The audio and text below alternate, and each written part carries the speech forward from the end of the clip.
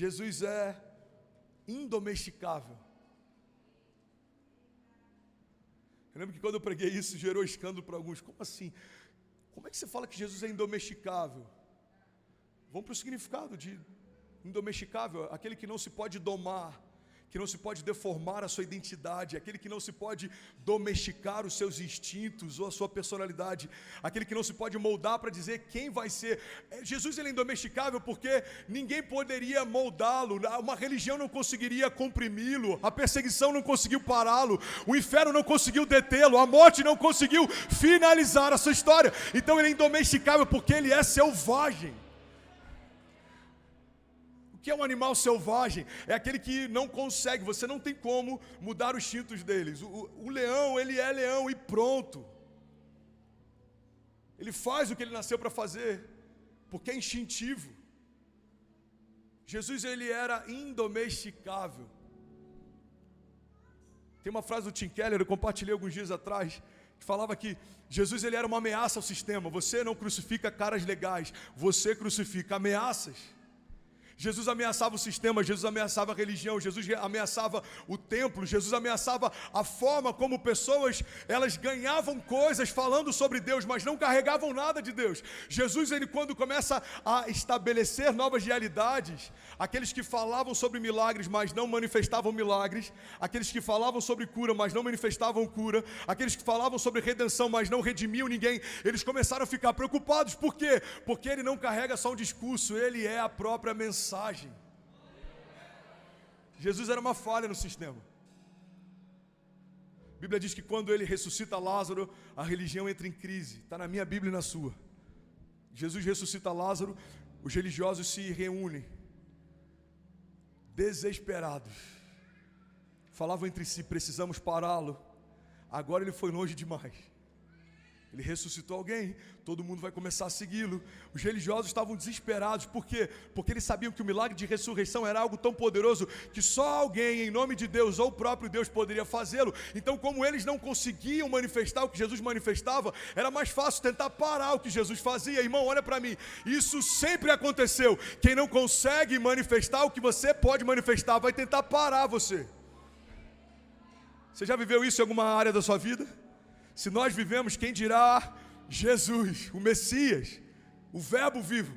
Todo o inferno se moveu para tentar pará-lo. O que eles não sabiam é que a morte não era o final de uma revolução. A morte de Jesus era o início dela. Tudo começa através da morte de Jesus. O autor da vida encontra a morte, para que eu e você pudéssemos encontrar a vida. Você tem noção disso, irmão? A redenção é tão poderosa que ela fala a respeito da própria vida morrendo por você. Por amor a você, a vida morreu. Você está comigo? Diga amém. Desculpa pregar na velocidade 3 do WhatsApp. Nem foi implantado ainda, é um update que vai sair ano que vem. Mas eu não quero passar muito do tempo do culto, mas eu também não quero deixar de liberar sobre você algo que Deus tem para essa noite. Você está comigo?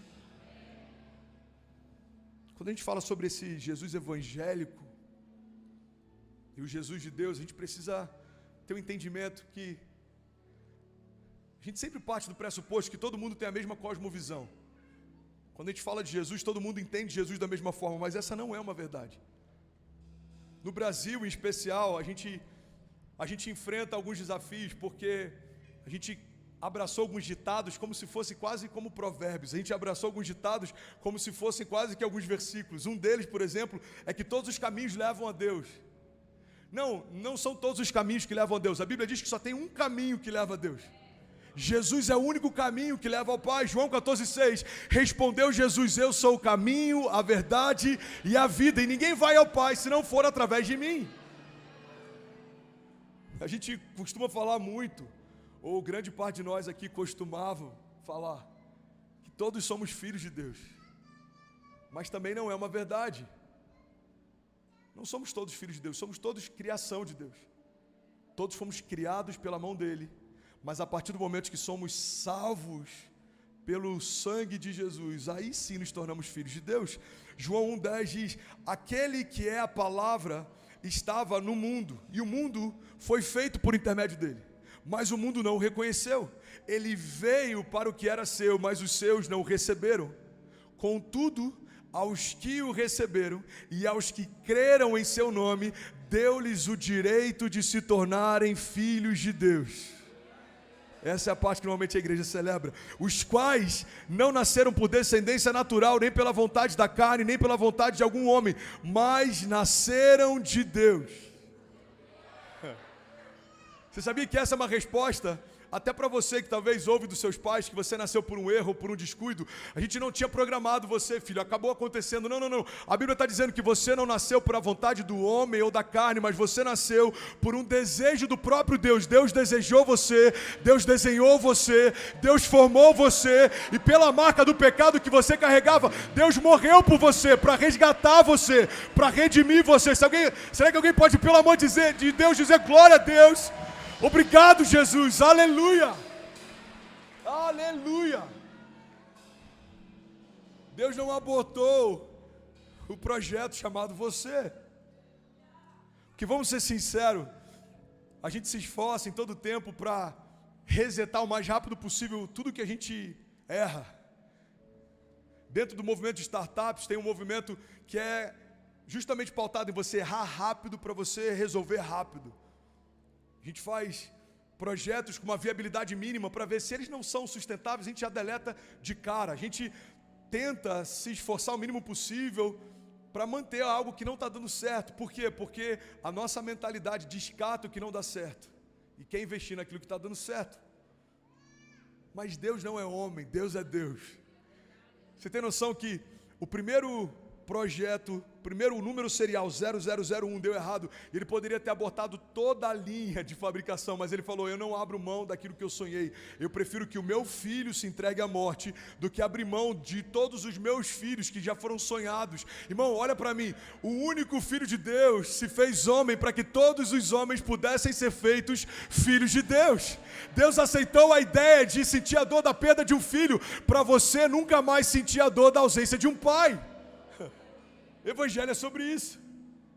João 3,16, na versão dos incendiários: porque Deus amou você de tal maneira que Ele aceitou a possibilidade de abrir mão de Jesus por alguns dias, mas não aceitou a ideia de abrir mão de você para sempre.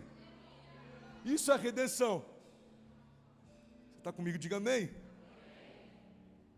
E é sobre esse Jesus que eu quero falar, um Jesus que era indomesticável. Não é esse Jesus pintado no período renascentista, de olhos azuis e cabelos claros, não. É um Jesus de pele marcada, de mãos calejadas, de pés cansados. É um Jesus que era simples, nasceu num lugar emprestado, foi sepultado num lugar emprestado. Era um Jesus que também tinha pulso firme. Quando entra na casa do seu pai e vê que estão fazendo comércio na casa de Deus, ele levanta as mesas e quebra tudo o que viu pela frente. O fato de Jesus ser empático com os pecadores não fez com que ele fosse omisso com o pecado. Ele é graça, mas também é juízo. Ele é amor, mas também é fogo consumidor. Ele é indomesticável, imparável, invencível. Tem um livro chamado Divina Comédia de Dante, e é interessante porque esse livro, ele criou uma ideia estética de como é o inferno, de como é o próprio Satanás. Algumas religiões, inclusive, abraçaram a ideia do purgatório a partir desse livro. Um autor escreveu uma história a respeito de um personagem que ele transitou no purgatório, no inferno, e aí, por séculos, se criou uma ideia estética de que o inferno é da forma que a gente imagina que ele é, de que Satanás é da forma que a gente imagina que ele é.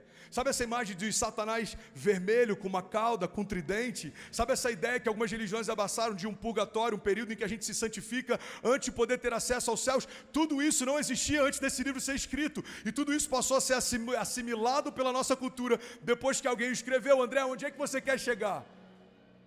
Quero chegar num ponto. Se a forma como a gente enxerga o inferno pode ter sido construída pela criatividade de alguém, quem garante que a forma como a gente enxerga Jesus também não foi? Quantas vezes a gente se abraçou e se agarrou a um Jesus religioso, um Jesus católico, um Jesus evangélico, mas eu vim aqui te lembrar que existe um Jesus de Deus, sem filtro, sem religiosidade, Um Jesus que não se parece com um pastor que fala dele apenas. Um Jesus que é como ele sempre foi. O caráter de Deus expresso em Jesus, a verdade de Deus expressa em Jesus.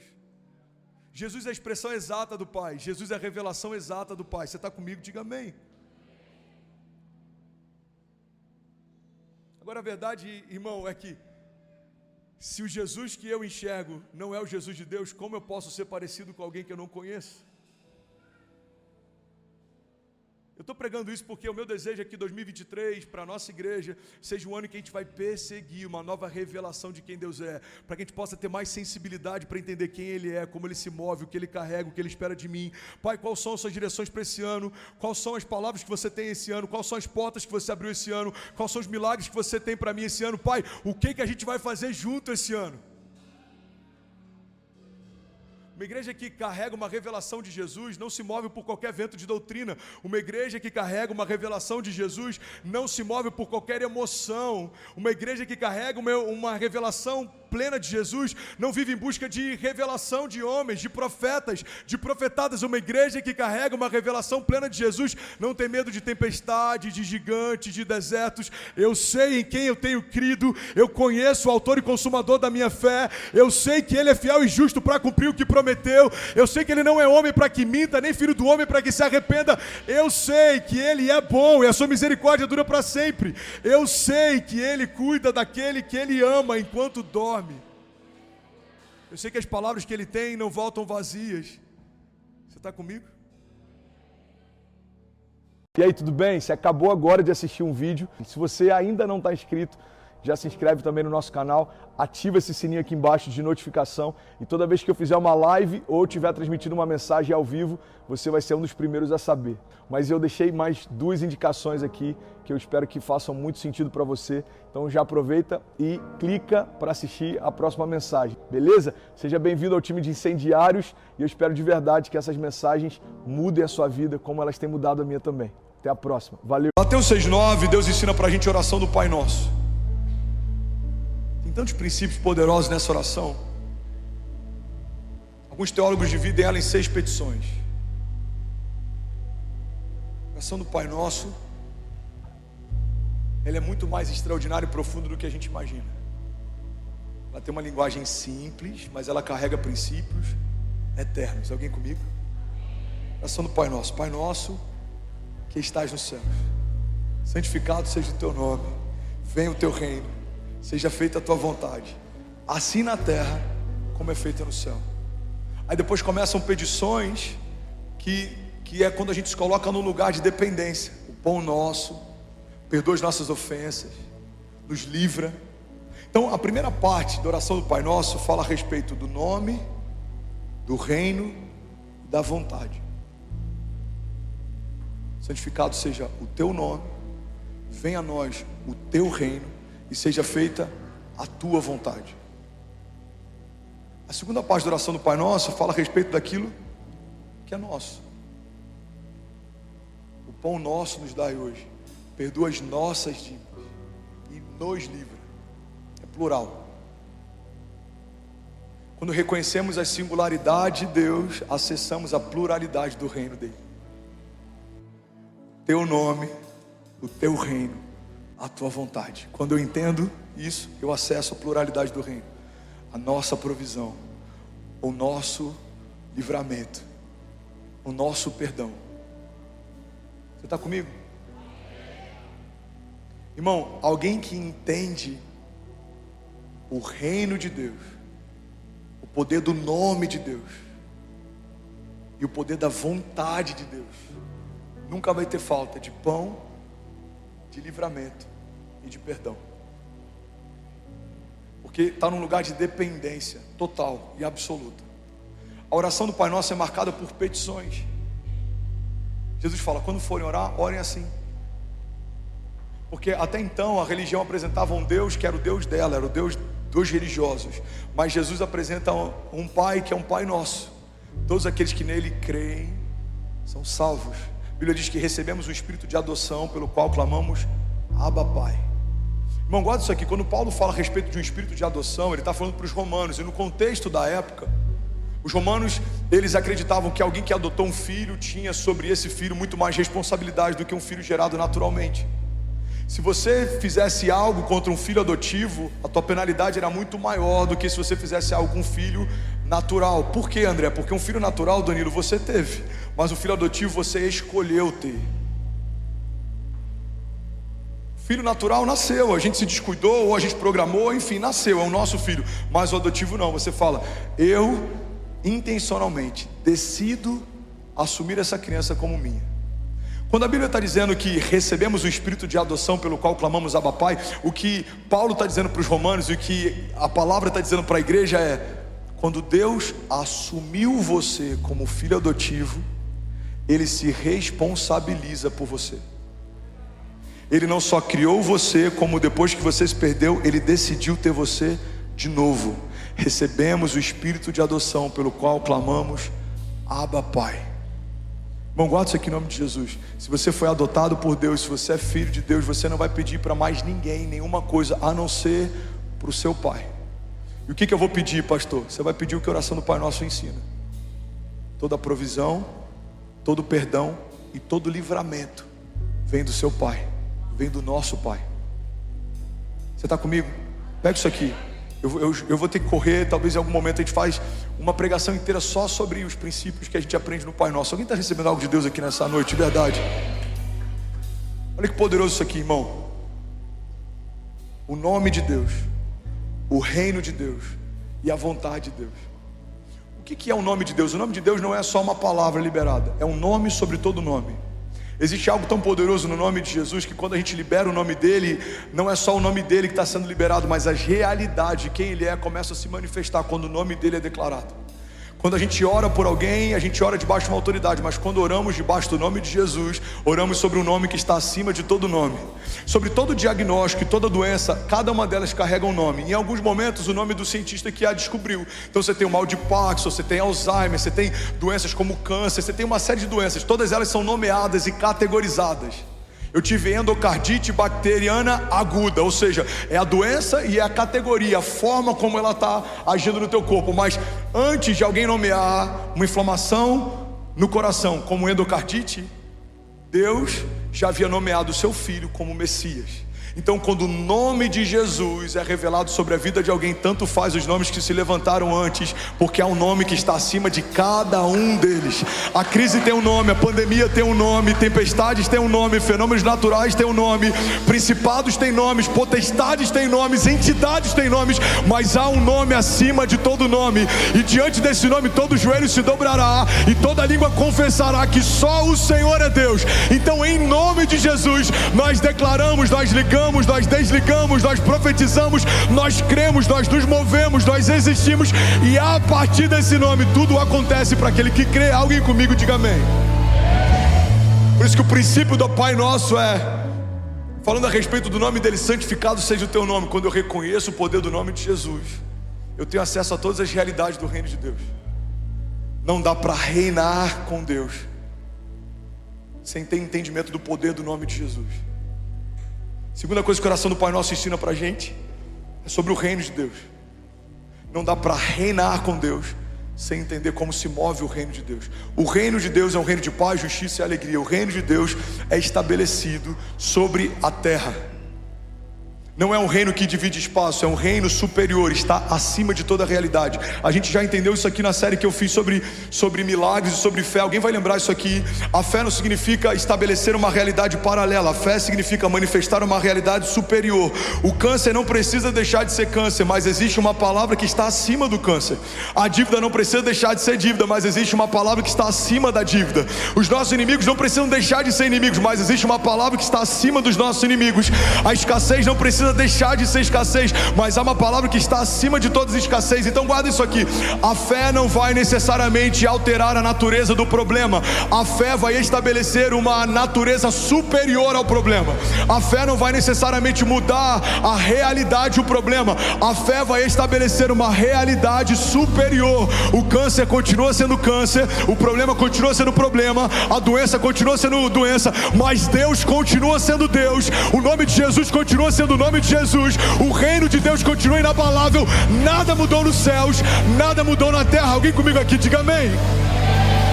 Santificado seja o teu nome, venha a nós o teu reino. E o Johnson diz que a fé significa nos apossarmos das realidades do reino de Deus e colidimos violentamente com as realidades ao nosso redor, porque um reino inferior não subsiste. Como acessaremos as realidades do reino de Deus na terra? Quando conhecermos as realidades do reino de Deus. No reino do meu Pai não há dor. Eu não aceito dor na minha casa também. No reino do meu Pai não há choro. Eu não aceito choro na minha casa também. O teu choro pode durar uma noite, mas certamente a alegria vem pela manhã. No reino do meu Pai não há escassez. Eu não aceito escassez na minha casa também. Filipenses 4,19, o meu Deus suprirá todas as necessidades de vocês, segundo as suas riquezas em glória. Irmão, quando você conhece a realidade do reino de Deus, você acessa essas realidades reinando na terra. A banda pode subir para a gente finalizar isso daqui. Terceira parte do início da oração do Pai Nosso é sobre a vontade de Deus. Santificado seja o teu nome, venha a nós o teu reino e seja feita a tua vontade. Reina na terra quem conhece a vontade de Deus. Igreja, olha para mim em nome de Jesus. Por que José governou? Porque eu vi os céus. Por que Davi governou? Porque eu vi os céus. Por que Daniel era o mais sábio no meio da Babilônia, mesmo em meio aos sábios da época? Porque eu vi os céus. Por que Paulo recebeu as maiores revelações do reino de Deus? Porque eu vi os céus. Governa na terra quem ouve os céus. Reinaremos na terra se continuarmos ouvindo o som do céu. Há um som no céu. Há uma frequência no céu. Há realidades no céu. Há promessas no céu. O que precisamos fazer para reinar na terra? Precisamos escutar o que os céus estão dizendo a respeito de nós. Quando você descobre quem você é, você não deseja ser mais ninguém além de você mesmo. A pergunta que você tem que se fazer é: como os céus me chamam? Como os céus te veem? Quais são as promessas que os céus liberaram sobre você quando nada existia? O salmista diz: antes que a palavra venha à minha boca, o Senhor já as conhece. Enquanto eu era informe no ventre da minha mãe, enquanto os meus ossos ainda estavam sendo entritecidos no ventre da minha mãe, o Senhor já me via, já me conhecia. Cada um dos meus dias foram escritos pelo Senhor no seu livro, antes de qualquer um deles existir. Irmão, guarda isso aqui. Tudo que você vai viver pode ser uma novidade para quem está na terra, mas não é uma novidade para quem está nos céus. Os céus já escreveram a sua história. Os céus já liberaram palavras de vida eterna sobre você. Deus já escreveu com as próprias mãos uma história de milagres sobre você, sobre os seus filhos, sobre a sua casa. Alguém está comigo aqui? Diga amém. Então fica de pé no teu lugar, eu quero profetizar sobre você. Fica de pé, não se distraia. Colossenses 1,12 diz assim: dando graças ao Pai que nos tornou dignos de participar da herança dos santos no reino da luz, pois Ele nos resgatou do domínio das trevas e nos transportou para o reino do seu Filho amado, em quem temos a redenção, a saber, o perdão dos pecados.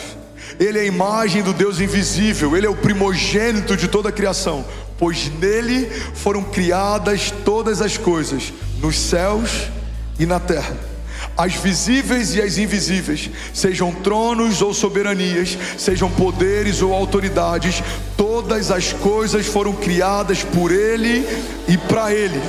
Mateus 28,18 diz assim: então Jesus aproximou-se deles e disse: foi-me dada toda a autoridade no céu e na terra. Portanto, vão e façam discípulos de todas as nações, batizando-os em nome do Pai, do Filho e do Espírito Santo, e ensinando-os a obedecer tudo que eu lhes ordenei, e eu estarei sempre com vocês até o fim dos tempos. Mateus 16,19, Jesus diz: e eu lhes darei as chaves do reino dos céus, e o que você ligar na terra terá sido ligado nos céus, e o que você desligar na terra terá sido desligado nos céus. Alguém pode dizer glória a Deus por isso? Bom. bom? Você acabou de assistir uma mensagem aqui do nosso canal. Eu tenho certeza que ela te edificou e que ela vai gerar algo novo em você. E a gente separou mais 2 vídeos. Eu quero deixar essas indicações aqui para você continuar queimando com Jesus. E eu quero muito te fazer um pedido também. Se essa mensagem te edificou, comenta aqui embaixo, segue o canal, me ajuda a compartilhar para que mais pessoas sejam tocadas também. Deus te abençoe. Hoje é um bom dia para viver milagres. Esse pastor parece um cara de stand-up comedy. Ele quer que eu ria o dia inteiro. Não, eu só quero te lembrar que o único que poderia te julgar preferiu morrer no teu lugar. Você está de pé por ele e ele ainda quer falar com você coisas que ele vai fazer no futuro. Eu só vim te lembrar daquilo que você nunca pode esquecer. Declara comigo, diga, Deus é bom, e o diabo não presta. Deus é bom, irmão, e o diabo não presta. A verdade é essa, nós temos um bom pai. E hoje é Father's Day. Talvez para muita gente em outros lugares não faça tanto sentido, mas é dia dos pais aqui nos Estados Unidos. Eu quero falar um pouco sobre paternidade. Amém? Amém. Eu sei que para alguns essa mensagem não faz muito sentido, porque talvez você não tenha tido o melhor pai do mundo. Eu sei que é um dia difícil para alguns de nós, porque talvez isso seja uma dor, talvez seja uma ferida, talvez seja algo mal resolvido. Mas eu quero ministrar sobre a real paternidade e o que Deus tem para você. Amém? Então eu queria que você se abrisse para a paternidade de Deus nessa manhã. Porque talvez você não teve o melhor pai, mas olha que incrível que é o Evangelho. O Evangelho me dá a oportunidade de ser o que eu não tive, de construir o que não me deram. André, eu não tive um bom pai, então seja o pai que você não teve para o seu filho. Meu pai não era meu amigo, então seja o melhor amigo do seu filho.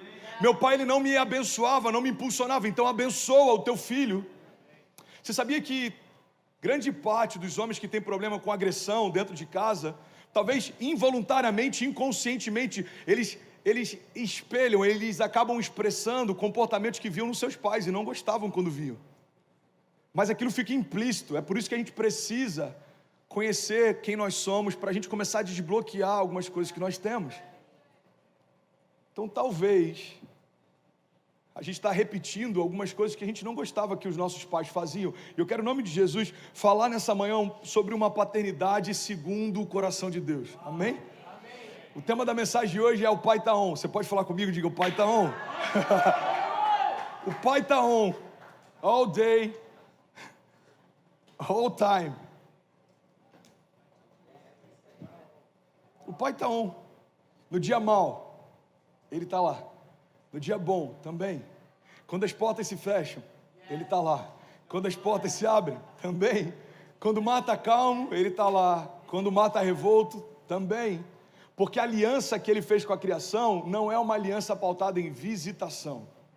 É uma aliança pautada em habitação. Deus não quer visitar você, Ele decidiu habitar em você. Então é uma aliança que não é mais exterior, nem momentânea, nem pontual, como era antigamente. É uma nova aliança feita no sangue dele, irmão. Deus fez uma aliança com Davi, Deus fez uma aliança com Abraão, Deus fez uma série de alianças no passado, mas a aliança que Ele fez com Jesus em nós é uma aliança feita através do sangue. Não é uma aliança de metal, ou uma aliança de palavras, é uma aliança genética. No Gênesis, Ele soprou o fôlego dele sobre nós. Tá? A palavra diz que Ele soprou o Zoe. No original, Zoe significa a própria vida de Deus. Deus colocou a essência dele em nós. Na cruz, Deus colocou o sangue dele em nós. Então eu carrego o fôlego de Deus, eu carrego a vida de Deus, eu sou lavado pelo sangue de Jesus. É uma aliança, irmão, que ela não tem como ser desfeita. Se você tentar pegar um pouco de vinho, misturar com um pouco de água, é impossível separar depois. Assim é você e o seu pai. Amém? Alguém está feliz com isso? Romanos 8. Nada foi capaz de nos separar do amor de Deus, nem a morte, nem a vida, nem anjos, nem principados, nem poderes, nem autoridade, nem o presente, nem o porvir, nem altura, nem profundidade. Nada na criação foi capaz de me separar. Por quê? Porque Deus fez uma aliança comigo. Eu tenho um bom pai e a boa notícia é que o pai está on. João 1,11 diz, Ele veio para o que era seu e os seus não o receberam. Mas todos aqueles que o receberam, deu a eles o direito de serem feitos filhos de Deus. Qual é a maior mentira que o inferno tem contado e que a gente acabou aceitando por ser tão popular? É acreditar que todos somos filhos de Deus. Não, não somos todos filhos de Deus. Somos todos criação de Deus. Olha para cá, irmão, eu sinto que tem algo de Deus nessa mensagem para hoje. Você que está online, pelo amor de Deus, compartilhe esse link, tem alguém que precisa ouvir isso hoje. Somos todos criação de Deus, não somos todos filhos de Deus. A Bíblia diz que somos feitos filhos de Deus a partir do momento que entendemos quem Deus é. Quando eu reconheço Ele publicamente como o meu único e suficiente Salvador, quando eu reconheço que essa aliança de sangue mudou a minha história, aí eu fui feito filho de Deus. Nós recebemos o espírito de adoção, pelo qual clamamos Abba Pai. Você sabe o que significa Abba Pai? Significa paizinho. É o termo mais próximo, mais íntimo que poderia ser usado, foi colocado na Bíblia para dizer, olha, eu não era filho, eu era escravo, eu não tinha direito à casa, ao acesso ao meu pai, eu estava do lado de fora, eu era um servo, mas porque ele me aceitou, agora eu tenho acesso a ele, a presença, a casa, o trono, a herança. Eu recebi o espírito de adoção. Você está comigo? Diga amém. E hoje eu quero falar basicamente sobre uma característica da paternidade. Hoje eu quero falar sobre uma característica específica da paternidade. A paternidade tem várias características.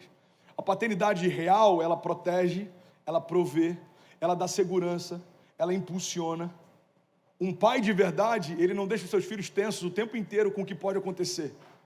Não, um pai de verdade, ele gera proteção. O pai está aqui, fique em paz, o pai está em casa, o papai está com você, o que você precisar, o pai está aqui. Olha, se você sair de casa e der errado, não volta mais para casa.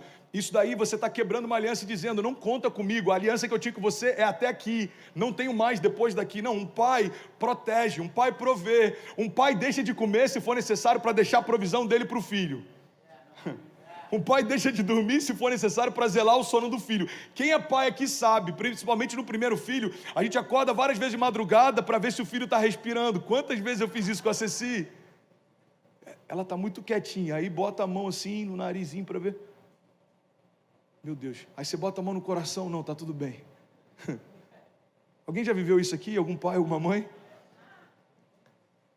A gente pede o sono para eles poderem dormir.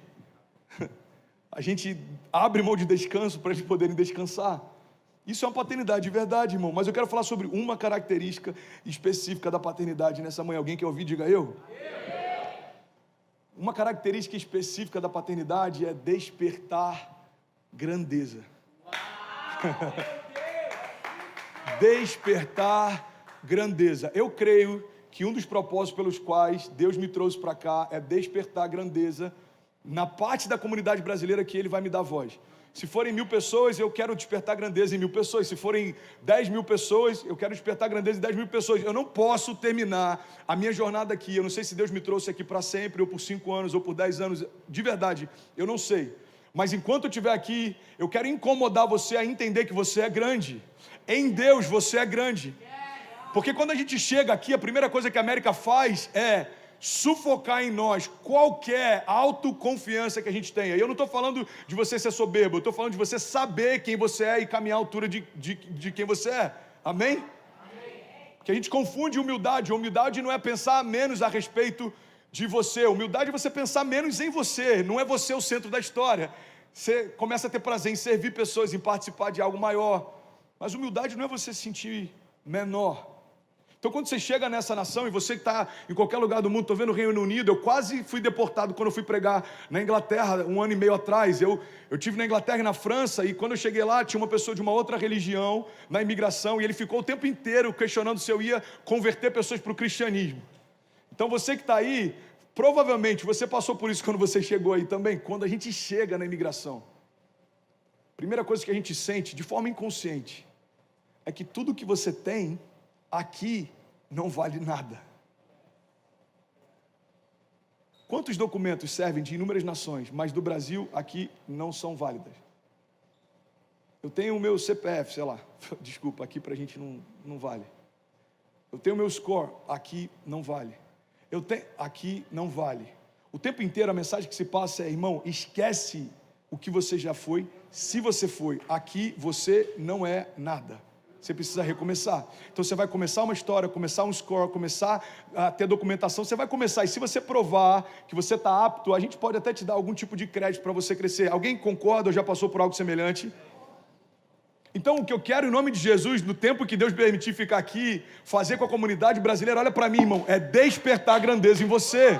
Porque você não é da nação brasileira ou está nessa nação. Você é do reino de Deus, veio de lá e vai voltar para lá. O teu pai fez a América antes dos primeiros colonizadores chegarem. Teu pai fez esse lugar antes de alguém dizer que era dele. Você está comigo? Então entenda isso, irmão. Somos todos filhos, americanos, brasileiros, italianos, somos todos filhos. Somos todos dependentes da graça e todos carregamos a mesma grandeza de Deus. Nós servimos a um Pai que é bom. E quando eu estou debaixo dessa aliança, irmão, eu carrego com confiança. E não é fácil falar isso. Você é americano? Are you American? Yeah? Olha o tamanho do americano que está me ouvindo. Can you stand up, please? Come on, bro. God bless you. God bless you. Você tem que ter ousadia para na casa dos americanos dizer, irmão, somos todos iguais. We are together, ok? God bless you. Love you, bro. Love you. Eu quero falar sobre grandeza hoje. Você pode declarar isso? Diga, em Deus, eu sou grande. Agora fala acreditando. Diga, em Deus, eu sou grande. Sabe um cara pequeno que sabia que era grande? Davi. Davi está diante de um gigante e ele não chama o gigante de gigante. A chave para vencer gigantes é não considerá-los de acordo com o tamanho que eles têm. Pega isso, irmão, pelo amor de Deus, eu quero pregar nessa manhã. A chave para vencer gigantes é não considerá-los pela altura que eles têm. Davi não fala, quem é esse gigante? Não, ele fala, quem é esse incircunciso filisteu? O que significa um incircunciso filisteu? Alguém que não tem aliança. Ele está falando, quem é esse cara que não tem aliança com Deus, afrontando aqueles que têm uma aliança com Deus? Davi entendeu que a força dele, a grandeza dele, não estava na estatura que ele tinha, muito menos na estatura que o gigante tinha, mas estava na aliança que Deus tinha com ele. Quem é esse cara sem aliança que quer afrontar alguém que tem uma aliança com Deus? Você pode declarar isso, diga, eu tenho uma aliança com Deus. E é Ele que me fortalece. Davi, se a gente fosse fazer uma comparação com cachorros, estamos um pet friendly aqui? Davi é como um pincher. Pequeno, mas ousado. Eu vi hoje pela manhã um vídeo, é inacreditável. 2 caras de moto pararam, foram assaltar uma mulher. Um pincher veio no pé do cara e ele subiu na moto e foi embora. Talvez fosse um Rottweiler, ele ia falar assim, eu acho que dá para encarar. Mas quando ele viu que era um pincher, ele falou, não, vamos. Davi, ele era pequeno em estatura, mas não tem a ver com o tamanho que você tem. Tem a ver com o tamanho do Deus que você serve. Tem a ver com o tamanho da aliança que você carrega. Você está comigo? Diga amém. Eu acho que ninguém quer ouvir essa palavra hoje, só quem está aqui do meu lado esquerdo. Tem alguém que quer ouvir essa palavra? Tem algum incendiário aí? Uma característica específica de Deus: despertar a grandeza. Despertar a grandeza. Quantos filhos não conseguem sonhar com coisas grandes porque ouviram a vida inteira o seu pai questionar quando ele sonhava algo grande demais? Menino, deixa de ser bobo. Esse sonho é grande demais, você nunca vai chegar lá. Porque às vezes a gente quer transferir para o nosso filho a limitação que a gente tem, quando na verdade a gente deveria ver no nosso filho o que ele carrega e ativar isso. Filho, papai não pôde, mas você vai poder. Papai não conseguiu, você vai conseguir. Papai não foi, mas você vai chegar lá. Faz sentido? Um filme que deve ter marcado todo mundo aqui, inclusive foi o primeiro filme que eu vi no cinema. Rei Leão. Alguém aqui já viu o Rei Leão? The Lion King. 2 coisas, cara, impressionantes, que são tão simples, mas aquilo ali é evangelho. 2 pontos marcantes no filme. Primeiro ponto marcante do filme, dá um chute aí. Não, a morte não, irmão, já está no meio, pô. Me ajuda aí. O cara já começou o filme com o cara morrendo. A apresentação do Simba. Ele pega o filho e apresenta. Cara, pega essa chave, vem comigo, pelo amor de Deus. Daqui a 20 minutos está acabando isso aqui, irmão, mas pode mudar a tua vida para sempre. Uma chave liberada num ambiente de fé pode mudar a tua história para sempre. O que ele faz? Ele apresenta o que ele tem de mais precioso para a criação. Ali, irmão, para mim, é a representação do batismo de Jesus. Jesus é batizado nas águas e vem uma voz que diz: esse é o meu filho, em quem eu tenho o meu prazer. Jesus não tinha feito nenhum milagre, não há relato de que Jesus tenha feito nada, mas Deus está dizendo: eu tenho prazer nele. Por quê? Porque ele é o meu filho. Primeira cena marcante do Rei Leão: o pai apresenta o filho para toda a criação e fala: é o meu filho. Irmão, Deus apresentou você para a criação e falou: você é meu filho. Você tem noção do cuidado de Deus? Obrigado, gente, vocês são incríveis. Você tem noção do cuidado de Deus? No Gênesis, Deus cria todas as coisas, cria o homem no 6º dia, o homem não tinha feito nada, no 7º, Deus ainda chama ele para descansar. Irmão, Adão não tinha feito nada. Sabe quando você fica cansado de tanto dormir? Alguém já ficou cansado de tanto dormir? Você pegou um dia que você dormiu, acordou 2 da tarde com o corpo dolorido? Adão devia estar assim, irmão. Fico imaginando Adão: pô, pai, acabei de nascer, já tenho que descansar. Mas Deus está ensinando uma chave: filho, quem eu amo, eu dou enquanto dorme. Descansa comigo, contempla o que eu fiz para você. Qual é a cara, olha, pelo amor de Deus, irmão. Olha só a chave: qual seria a graça de Deus trabalhar para prover algo para o filho e não poder usufruir da companhia dele? Agora, para observar, é assim que muitos de nós estamos na América. Por 6 dias trabalhamos para fazer algo para os nossos filhos, mas a gente não consegue descansar e usufruir isso com eles. Qual é o prazer de construir algo para alguém que eu amo se eu não posso usufruir com ele? É forte, irmão. 6 dias, 5 dias eu estou fazendo para você, 6º dia eu estou fazendo você, 7º dia eu quero usufruir com você. Cara, isso é muito forte. Para você, com você. Então, Deus fez isso para você. Em algum momento na história, Deus fez você. E agora Ele quer construir algo com você. Faz sentido? Você pode aplaudir Jesus? Cara, isso é muito forte.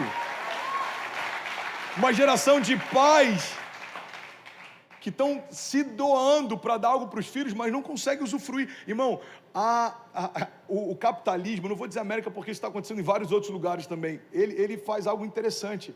Ele te dá toda a oportunidade para você conquistar tudo, mas não te dá tempo para você usufruir. Quantas pessoas moram em Orlando, não conseguem ir na Disney? Você está na terra dos parques, não usufrui deles. Quantas pessoas estão em Miami, não conseguem curtir um dia com a família? Você está no lugar que o mundo passa férias, mas você não usufrui de um day off.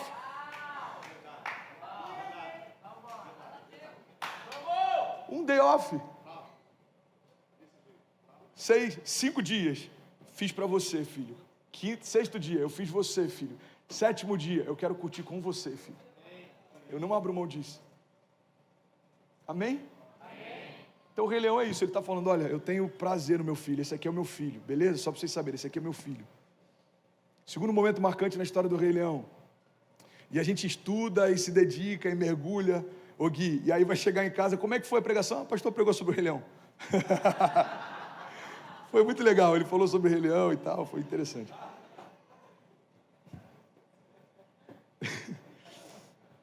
Segunda cena marcante: o rei dá a vida pelo filho. Você já viu as Crônicas de Nárnia? Quantos viram as Crônicas de Nárnia? Sabe aquele leão? É a representação de Jesus. C.S. Lewis é a representação de Jesus. Então o que eu quero falar com você é o seguinte: o papel de um bom pai é despertar a grandeza no filho. Ele tem prazer em dizer que ele é filho, e se necessário for, ele dá a vida pelo filho. Foi necessário e ele deu. Você está comigo? Diga amém. Sabe, os judeus, eles têm uma característica, eu só tenho mais 6 minutos, então o teclado pode subir para a gente parecer que está finalizando. Os judeus têm uma característica de abençoar os seus filhos. Eu fiz isso, acho que no aniversário da igreja. Inclusive a foto que a gente divulgou hoje era desse momento. Eu lembrei disso, tá? A Ceci do meu lado e eu com a mão sobre a cabeça dela, liberando uma bênção sobre ela. É conhecido também como uma bênção araônica. E eu queria que a gente tivesse o entendimento que esse papel de, olha para mim, dos pais abençoarem os filhos, não é um papel dos pastores fazerem pelos seus filhos, é um papel de você fazer pelos seus filhos. Amém? Então, se a gente ainda não fez, está num bom momento para a gente começar a fazer. O que os judeus faziam? Está lá em Números 6:24, eles abençoavam os filhos. A bênção é tão simples, ela dizia que o Senhor te abençoe e te guarde. Deixa eu liberar isso sobre você, você pode levantar sua mão, todos somos filhos aqui, amém? Que o Senhor te abençoe e te guarde. Que o Senhor faça resplandecer o seu rosto sobre ti e te conceda graça. Que o Senhor volte para ti o seu rosto e te dê a paz. Eu declaro isso em nome de Jesus, irmão. O Senhor virando o rosto dele para cada um de nós e nos dando graça, e nos dando paz, e nos dando renovo, porque nós temos um bom Pai. Eu quero falar sobre dois tipos de relação entre pais interessantes aqui. Você está comigo? Eu só tenho 5 minutos, então eu preciso que você venha até o final. 2 tipos de relação interessantes entre pais e filhos. O primeiro tipo interessante é a história de José. Olha que louco isso. O pai acreditava na grandeza de José, o pai amava José, o pai deu uma capa colorida que destacava José dos outros irmãos, ou seja, a relação entre José e o seu pai está muito clara. O pai tinha visto grandeza neles. O pai viu todos os filhos e ele amava todos os filhos, mas ele falou, esse daqui é diferente, ele tem algo diferente, ele carrega uma graça diferente. Então a relação entre José e o seu pai é uma relação clara de que os irmãos não viam a grandeza que ele tinha como o pai via. Alguém vai pegar essa chave. Os irmãos de José não conseguiam enxergar em José o que o pai já estava enxergando. Foi assim com Jesus. A Bíblia diz que Jesus está na cidade natal dele e não pôde, não é que ele não quis, ele não pôde fazer muitos milagres, porque todo mundo olhava para ele e não via nele a grandeza que Deus via e já havia reconhecido. Você está comigo? José e o pai, um exemplo claro de um pai que vê a grandeza no seu filho, que ninguém ainda viu. Agora tem uma outra história interessante. José se tornou governador, mudou a história, depois abençoou os seus irmãos, proveu sobre a sua casa, sobre a nação, sobre as nações, se tornou governador do Egito. Nenhum pé se movia, nenhuma mão se levantava sem que houvesse uma ordem clara de José. Ele chegou no mais alto posto, e o pai já tinha visto isso desde o início. Mas a gente pega a história de um outro herói da fé, a gente pega a história de Davi, e a história de Davi é um pouco diferente. A história de Davi fala a respeito de alguém que carregava grandeza, mas nem o pai ainda tinha visto. Pega essa chave, irmão, quero liberar sobre você. A história de Davi fala de alguém que carregava grandeza e nem o pai ainda tinha visto. Porque talvez alguém nessa manhã está aqui falando, cara, é muito bom ouvir isso, mas você tem um pai que te celebra. O meu pai nunca me celebrou, o meu pai nunca viu grandeza em mim, o meu pai sempre me colocou para baixo, o meu pai sempre me desanimava, o meu pai sempre me desencorajava, o meu pai talvez até hoje não tenha um vínculo comigo, ou não tenha uma amizade ou intimidade. Você que está online, talvez você seja esse pai, e você está despertando e percebendo que quando você deveria encorajar o teu filho, você desestimulou. Quando você deveria compartilhar a esperança, você roubou a esperança dele. Quem sabe alguns de nós tenham aprendido que o primeiro ladrão de alegria na sua história tenha sido o seu próprio pai. Talvez para alguém aqui, teu primeiro ladrão de alegria tenha sido o seu pai, mas eu quero te lembrar, e é isso que eu aprendo com a história de Davi, que teve um cara chamado Davi, que nem o seu pai via a grandeza que ele carregava, mas Deus via. Isso é muito forte. Manda chamar os seus filhos, um deles vai ser ungido rei. Chama todos eles, menos Davi.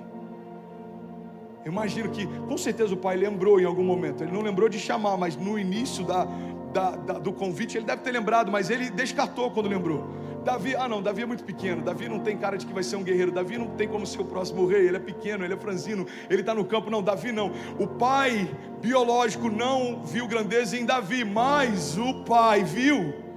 E eu quero liberar isso sobre você. Talvez pessoas, talvez o teu contexto, talvez a tua família, talvez nem você ainda consegue enxergar a grandeza em você, mas eu vim declarar, irmão, o pai vê, por quê? Porque foi ele quem colocou. O pai vê, porque foi ele quem te deu. O pai vê, porque foi ele que te fez. O pai vê, porque foi ele que te formou. O pai sabe o que você carrega. Alguém, pelo amor de Deus, pode celebrar. O pai sabe, o pai sabe.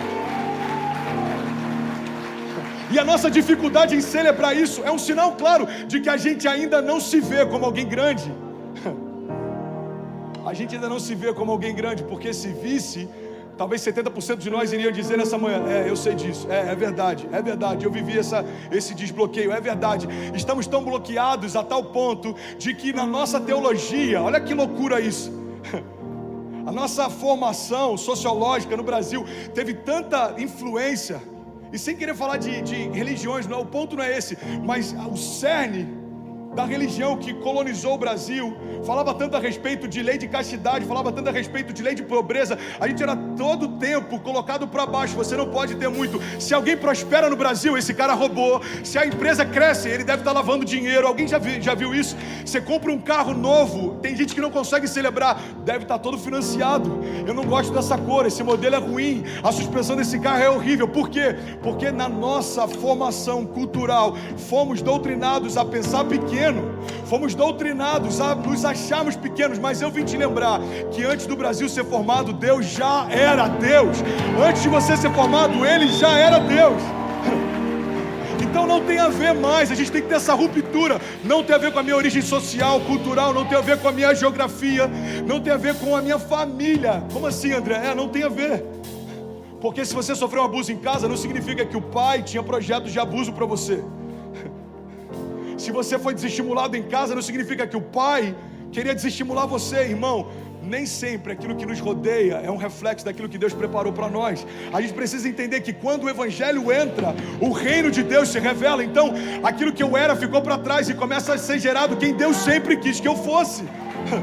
Eu me achava pequeno, agora Deus me fez entender que eu sou grande. Eu me achava miserável, agora Deus me fez entender que eu sou próspero. Eu era como escravo, agora Deus me tornou filho. Eu estava perdido, agora Deus me deu direção. Eu estava cansado, Deus me deu renovo. Eu estava doente, Deus me deu cura. Eu estava cativo, Deus me fez livre de qualquer condenação.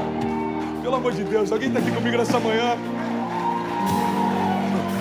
Então a verdade, irmão, é que não importa se você é como José, que durante toda a tua vida alguém viu grandeza em você. Eu posso dizer, meu pai sempre viu grandeza em mim, meus pais sempre me encorajaram. Talvez você vai dizer, então, talvez tenha sido mais fácil para você. Talvez sim, em alguns aspectos, talvez sim. Mas a verdade é que para José sair do lugar da capa colorida até assumir o governo no palácio, existe uma jornada. E se no meio do caminho você esquecer quem você é, você não vai viver o que você pode. Porque a primeira, cara, isso é muito forte, pelo amor de Deus, a primeira coisa que fizeram quando venderam José foi remover dele a capa colorida. Ele não foi com a capa colorida para o cativeiro, ele não preservou aquela capa colorida por anos, ele não foi chamado pelo governador, pelo faraó, ou seja, quem foi chamá-lo lá da prisão e falou: peraí, deixa eu só pegar minha capa colorida, eu estava esperando há anos para utilizá-la, não cabia mais nela. Irmão, aquilo que Deus te deu no início da tua jornada não cabe mais no meio dela. Por quê? Porque você cresceu, você avançou. Então se eu ficar preso, mas esquecer no meio do caminho quem Deus diz que eu sou, eu paro de viver o que Deus diz que eu posso. Então eu começo a minha jornada, eu sou abençoado, eu sou grande, eu sou próspero, eu sou filho. Eu me converto aqui nessa semana, eu sou abençoado, eu sou próspero, eu sou filho, eu sou grande, eu sou bendito, eu sou sarado, eu sou liberto. Mas aí, na semana que vem uma crise, aí o que eu penso? Deus se esqueceu de mim. Por quê? Porque a minha empresa faliu. Deus se esqueceu de mim, por quê? Porque a imigração negou meu visto, eu tenho que voltar para o Brasil. Deus se esqueceu de mim, por quê? Porque algum parente meu não conseguiu romper com o Covid. Irmão, às vezes a gente se esquece de quem é por conta daquilo que vem contra nós. Mas eu quero liberar isso sobre você. Levanta suas mãos em nome de Jesus. Você não é o seu momento, você não é a sua crise, você não é o seu tropeço, você não é uma porta fechada, você não é uma palavra contrária que liberaram contra você. Você é quem o teu pai diz que você é. Você pode o que o teu pai diz que você pode, e você vai viver, se não duvidar e continuar aquilo que o seu pai declarou que você viveria. Essa é a palavra de Deus para nós, porque eu bem sei os pensamentos que eu tenho a vosso respeito, diz o Senhor, pensamentos de paz e não de mal, para te dar o fim que você deseja. Deus está dizendo isso para o povo indo para o cativeiro, irmão. Eu bem sei os pensamentos que eu tenho a vosso respeito, diz o Senhor, pensamentos de paz e não de mal, para te dar o fim que você deseja. Eu quero ministrar isso sobre você, como se fosse o teu pai falando para você. Feche teus olhos em nome de Jesus. E aí, tudo bem? Você acabou agora de assistir um vídeo. Se você ainda não está inscrito, já se inscreve também no nosso canal, ativa esse sininho aqui embaixo de notificação e toda vez que eu fizer uma live ou estiver transmitindo uma mensagem ao vivo, você vai ser um dos primeiros a saber. Mas eu deixei mais 2 indicações aqui que eu espero que façam muito sentido para você. Então já aproveita e clica para assistir a próxima mensagem, beleza? Seja bem-vindo ao time de incendiários e eu espero de verdade que essas mensagens mudem a sua vida como elas têm mudado a minha também. Até a próxima. Valeu!